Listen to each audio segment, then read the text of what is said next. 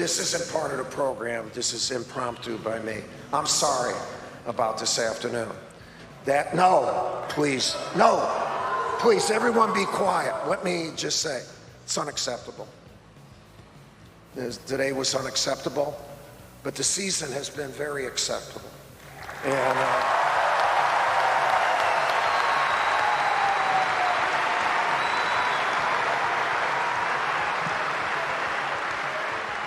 And I'll tell you, the season isn't over, all right? What's going on, dudes and dudettes? Yeah, saw that speech from Coach K's final game. Yes, it was sadly in a loss, but I'll get into that more as I reordered the shizzle. But yes, as of today, just like half an hour ago, the Chargers decided not to franchise tag their wide receiver Mike Williams, and they ended up giving him a 3-year, $60 million deal. So that's pretty much average $20 million per year.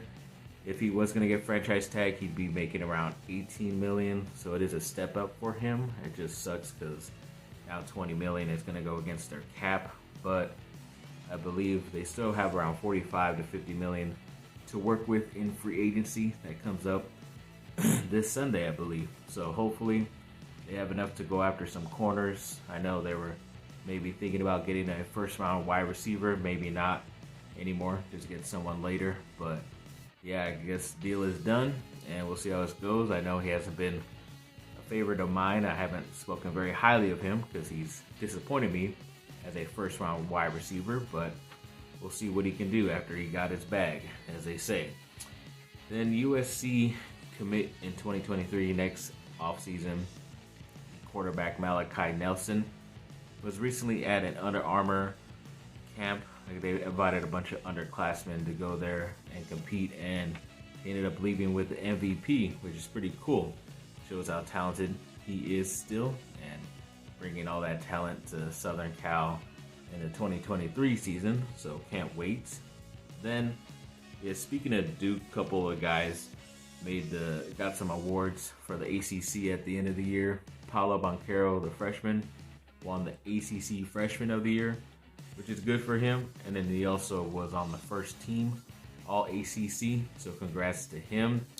And then also Mark Williams, another guy I've been toting a lot about. He won the Defensive Player of the Year for Duke in the ACC, which is awesome. And he also made the third team ACC as well, which is weird because he's the best defensive player, but he's on the third team, which makes no sense in my opinion, but I guess that's what we got to deal with right now. And then Drake London, the USC wide receiver who was at the NFL Combine this last week, but did not participate in any drills. He was just there for all the interviews and talking with teams and stuff, get his measurements and everything like that. But I guess he is going to hold his own pro day around April 5th, because that's when he's most likely going to be close to 100%, if not 100% healthy from his injury. Because I know USC has their pro day later in March, but I guess he's going to wait a little bit, another week, to make sure he's really good. And then a lot of teams are going to be wanting to be there anyways, because they know he's going to be a top 10 pick in the draft. And he also said that it would be an awesome thing if he can play with his ex-player Amon-Ra St. Brown. I paused, stupid dog barked, but yes, he would love to play with Amon-Ra St. Brown, but I don't know. He's not going to get picked number 2 overall unless they move back and get a couple other picks, because he's not going to make the number 32, which they have the Rams pick at the end of the first round either. So who knows? They could package up something and get him, but I doubt it's going to happen. But he says it's a wish list, I guess.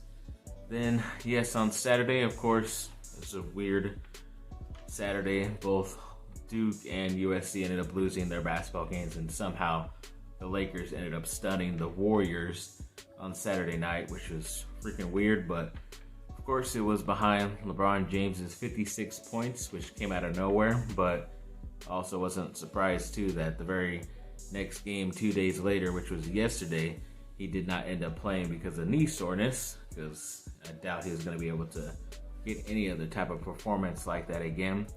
And of course, the Lakers did lose last night to San Antonio again, barely, but maybe they would have won if he was able to play. But as usual, it's just trying to trust Russell Westbrook and did not work. I'll talk about other stuff about him later in the video, but yeah, he cannot lead a team anymore. He is too old, and it's just every time something good happens for the Lakers, whether it's a win or a good performance, then something happens to that player or another player who's good and they end up losing the next game. So they haven't won consecutive games in like months now, I believe. So it does suck to see. Hopefully it is trending somewhat better. They get Houston, but Houston just had a pretty nice win the other day as well against a good team, so you never know. They are a young team, so they might just run out the old ass Lakers out the gym on that game, whenever that is. I think it's tomorrow, so we'll see.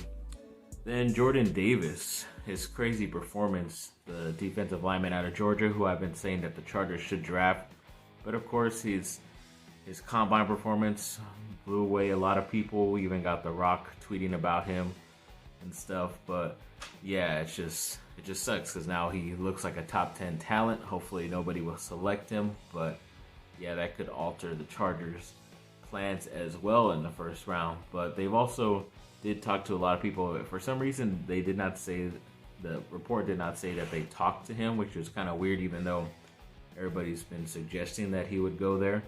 But they did meet up with a bunch of other people. I believe they met up with Ahmad Sauce Gardner, where he's the top cornerback in the draft this year. Out of Cincinnati, he was going to be pushed down there, but now he's the number one. He is most likely a top 10 pick.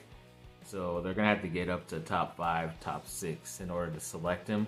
So maybe they're thinking about that, trying to make a move to go up. But I did not see any scenario where he falls down to them. So they're going to have to work some type of trade-off for that.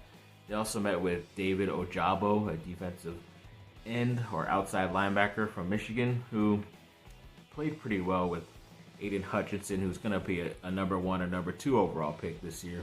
But he's all right. I mean, for a guy 6'4", 200-something pounds, he still looks pretty slight of frame, not as quick, but maybe he can work in a Brandon Staley defense scheme, and he said it would be awesome or cool or dream to play with Joey Bosa or opposite of Joey Bosa.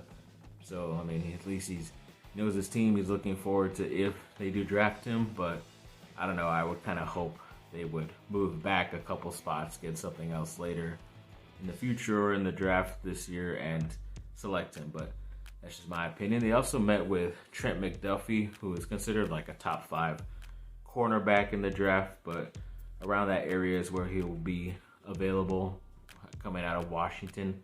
He is one of the better cornerbacks out there, but once again, I think you can get him if you move back a little bit in the draft. And then they also met with a wide receiver who I really like out of Arkansas named Treylon Burks, who kind of reminds me of a little bit smaller, less stronger Deebo Samuel type of combo guy who you can run the ball with too. And he's a good outside or slot type of wide receiver, but he did run a pretty slow 40 times, so you never know if these guys just did not train correctly or if they're doing it on purpose to mess with their draft stock so they get picked by guys later in the draft, or especially later in the first round, so they're on a lot better team than a sucky team. So we'll see how that goes, but seeing that the Chargers did re-sign Mike Williams, like I said, I don't think they're going to push to get a wide receiver as early anymore, so we'll have to wait and see about that. Then ex-Duke player Jason Tatum the other day went off against the Brooklyn Nets, scored 54 points. It's pretty nice for him. It's not his career high, but I believe it's the season high so far this season. But yeah, he just went off crazy from 3. Definitely had almost 10 or at least 8. And it was a good matchup because he was going against Kevin Durant, who recently came back healthy. He also had 37 points, but yes, Jason Tatum got the better of him. And yeah, we'll see what they can do. I know there was a post saying that they photoshopped him in a Lakers jersey, saying they can't wait to see Tatum dropping 50 in a Lakers uniform, which is funny. But if the Lakers would have listened to me a couple years ago, we might already have him on the team, of course.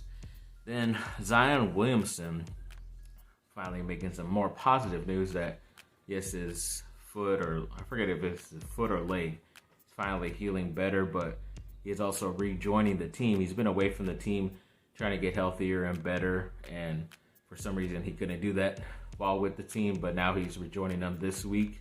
Might be on the bench. We'll see what he can do. But yeah, hopefully he can get some playing time as long as they're in the playoff hunt, but we'll see. Excuse me. Then Mo Hassan, he's a backup quarterback who transferred from Vanderbilt to USC football, but did not play last year because of a torn ACL, I believe it was. And then he just recently went on Twitter saying that he ruptured his Achilles, which is pretty bad luck. It sucks for him career-wise, but also it kind of leaves USC at some questionable depth because they were just lucky that one of their top freshmen last year, Miller Moss, has decided to stay and be a backup to Caleb Williams, the star transfer. But who knows, if one of those guys goes down, you have two other walk-ons who, aren't as good. Maybe there is another older veteran out there who will transfer to USC who doesn't mind not playing right away, just wants to get a degree, master's degree from USC. You never know. But yeah, that's all USC can hope for him right now, but hoping for a speedy recovery for him. Then Duke's target, I forget if it's next season or the following season, where this guy Caleb Foster is available coming out of high school. But apparently he's looking to reclassify, and that usually means he's going to graduate a year early, so he's going to be in the sooner class to come out of high school. He's just going to be a year younger, and, he is thinking about Duke, so you never know if he could possibly come next season, and that will make that team very, very talented, so you never know. And speaking of Duke, I forgot to mention that they did win the ACC regular season title, which is okay, I guess, but you still have to play a stupid tournament this week. I know they're probably like the 1 or 2 seed, definitely the 1 seed, most likely, and they won't have to play for a couple days, but then they'll get whoever the lower team's playing. They might have to play 2 or 3 days, depending how far they go.